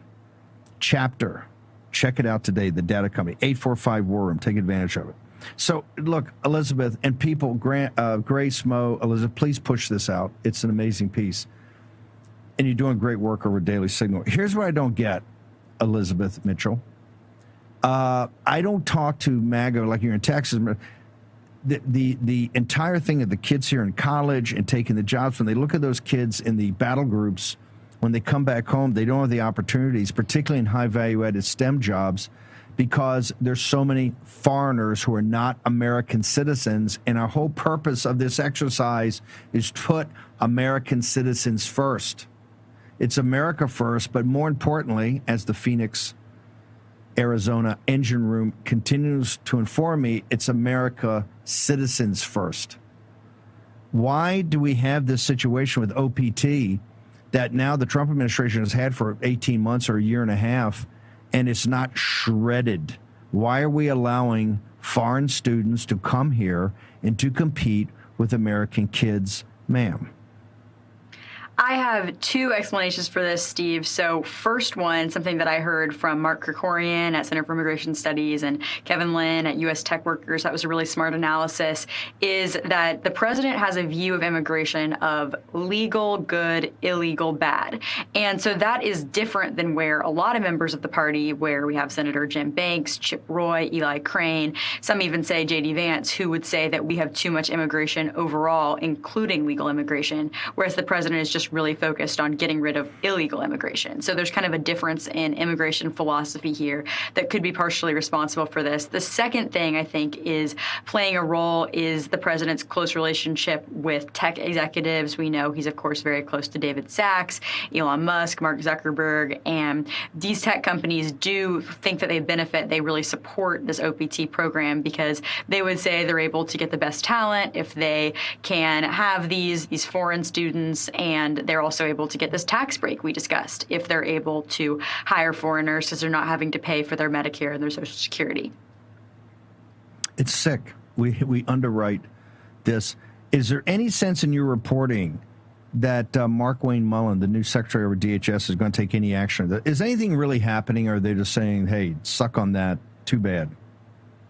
I talked to Rosemary Jenks from the Immigration Accountability Project, and she told me that she thinks there are people at DHS who are aware of this program, how it works, and the way that it disadvantages American citizens looking for jobs. So will we see action on this? I did not get any indication that action is coming. Many people I spoke to said they're more optimistic that Congress will act first, and they think that if Congress were able to pass a bill, that perhaps the president would sign that bill. But I did not hear of any movement at DHS, but I'm going to continue closely following this to see if Mark Wayne Mullen is going to do something about this program. Elizabeth, where do people, you're doing a great job over at Daily Signal, and Rob Bluey and the team over there, spectacular. The Federalist and Daily Signal are two of the best. I mean, you're at the range of Breitbart and Gateway Pundit, these other great sites. I mean, we have folks, I hope you know, on the right, we not only punch way above our weight. If you assess, I think it's better than the mainstream media. If you look at the depth from Citizens Free Press, and you go there for the links, it's just your information that were put out every day on these different sites. If you go there first and just sweep it, you know, the Financial Times of London and Wall Street Journal, New York Times, Daily Telegraph, Daily Mail, they'll give you the consensus view of the establishment, but the conservatives are just absolutely amazing about the great quality work, including Elizabeth Mitchell over at Daily Signal. Elizabeth, where do people go to keep up with your content, ma'am? Thank you so much. You can read my work at dailysignal.com and follow me on X at @TheElizMitchell. And tell folks over there, including Bluey, doing a great job. Bravo Zulu, ma'am. Thank you so much. There's so much going on. We didn't even get to Anthropic. Probably only the biggest story. So guess what? Turns out on these models, it ain't voluntary. It's now mandatory. Told ya. Now, is it just people in the White House are upset with Anthropic, or is it the other Frontier Labs with Anthropic? Is this related to the IPO on Friday? There's a lot of different explanations, and we're going to break it all down. 5 o'clock show and 6 are going to be on fire tonight, so please join us then. Charlie Kirk's show is next with Andrew Colvette and the team. Poso's at 2. Gruber. I'm going to be on the Eric Bolling show to do a transition at about 4:50. We'll talk about what's happened today. The president, I say, it's a packed day already. I think he's got the G4, the E4, they call it, the European nations already signed up on backing President Trump and lifting sanctions. So this is already in process. And, of course, we're going to and I realize everybody doesn't agree with Rabbi Walicki. Some people do. Everybody doesn't agree with Kurt Mills. Some do. Everybody doesn't agree with Captain Fanal. That's the whole purpose of the conversation. We want to make sure that you in the war room have been able to weigh and measure it and get conflicting opinions and conflicting ideas, I think, from some of the smartest people out there. So really honored and thank those guys for coming on this morning. Sam Faddis will join us tomorrow. Hopefully I'll get Brandon Weichert, others. Okay, we're going to leave you with Natasha Owens, and we are going to be back here at 5 p.m. Eastern Daylight Time. We'll see you then when you're in the war room. What about Lake and Riley? Is Charlie too hard to say? What